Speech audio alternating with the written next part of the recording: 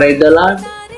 మీరందరూ బాగున్నారు అనుకుంటున్నాను పిల్లరా. ఎందుకంటే మీ అందరి కోసం ప్రతిరోజు మేము భారంగా ప్రార్థన చేస్తున్నాం కనుక మా ప్రార్థన ఆలకించి ప్రభు మిమ్మల్ని ఎల్లప్పుడూ సంతోషంగా ఆనందించే దేవుడు అయి ఉన్నాడు. ఓకే పిల్లరా, ఇప్పుడు 5 నిమిషాలు వీడియో మీరు విన్నారు కదా, అదే విధంగా 10 నిమిషాలు ఇదే ఛానల్లో దేవునికి వాక్యం కూడా వస్తుంది పిల్లరా.